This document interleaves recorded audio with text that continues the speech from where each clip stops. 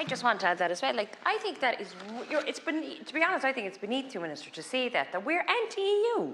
Like, how can you say that? I mean, as a party, as a Labour Party, we're so pro-EU, but we wouldn't be bringing forward these amendments. We wouldn't be spending hours debating this unless we thought that there was again, it's the investor courts with us as well. And we say, just like Senator Stevenson said there, that there is other big players like France, Italy.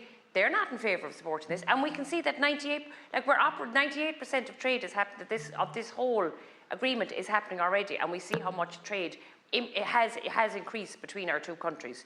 So to say that we're anti-EU is totally disingenuous, and I would appreciate if you withdraw your comment, please. So, Minister, I know that just from the discussion that we've just had. So, we're giving an amendment here that I think that you could accept it, and I think that would be, this is giving you an opportunity to accept this amendment, which I think would be, would clear up, I suppose, and it's based on the Supreme Court, the judgment of the Supreme Court, the Hogan Supreme Court, and so and it is just to make it clear again that we think, as a part, we think that the Supreme Court's view, and in our view, that because that the CETA tribunal decisions will be unenforceable in the bill.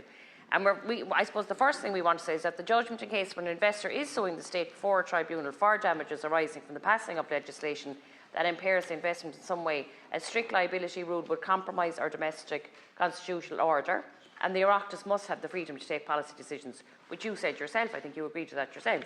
But second, if the law was challenged domestically and was upheld by the Supreme Court, whose decision is final and conclusive, it would compromise our constitutional order if an investor could obtain an enforceable award of damages arising from the Supreme Court having made that decision.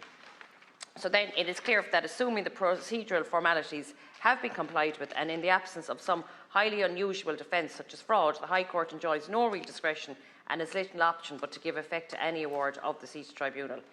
So the fact that in those circumstances the state could thereby be exposed to damages claims on a strict liability basis in respect of otherwise validly enacted legislation measures is sufficient for constitutional purposes, since the necessary compromise the legislative sovereignty of the state, thereby we think it's violating Article 5 of the Constitution.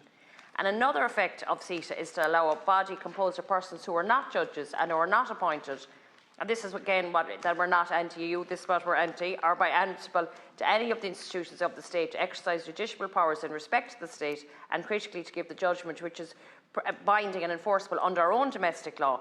So we think again that this is incompatible with the judicial sovereignty of our state and would therefore hold the ratification of the government of CETA in its present form would infringe again upon Article 5 of the Constitution, read in conjunction with Article 34.1. So the creation of CETA joint committees with the powers to make binding interpretive decisions for the state in respect of important aspects of trade policy and in respect of whose activities the state would have no guarantee of being able to exert direct control or influence, mean that the necessary democratic control is not present, and then in these circumstances the conclusion that the ratification of CETA would also violate the democracy guarantees of Article 5 of the Constitution is inevitable. So we're giving you a really good opportunity here to accept this amendment, which then would alleviate the concerns that we have, and we would rely on our own court systems instead of this parallel new court system. I suppose all the conversations, and Senator O'Loughlin said as well, we can see already that the trade, we have really good relationship and trade relationships with Canada. We know this. So why, I just don't understand why an amendment like this wouldn't we put in? Like you said, it's too over-prescriptive, but it is protecting us, and it's protecting our own judicial system. Why would we not want to put this in? What's wrong with putting it in? That if you're not concerned about investor courts, why not put this in?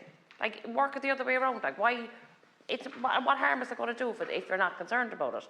And if there is 10 other countries within the EU that haven't agreed to this either, and like we said, big players like Belgium, Italy, Poland, it can be renegotiated. So I don't understand that trade. We've seen how much trade has increased, and we're, again, to reiterate, we are pro-trade. We've seen how much trade has increased between our two countries.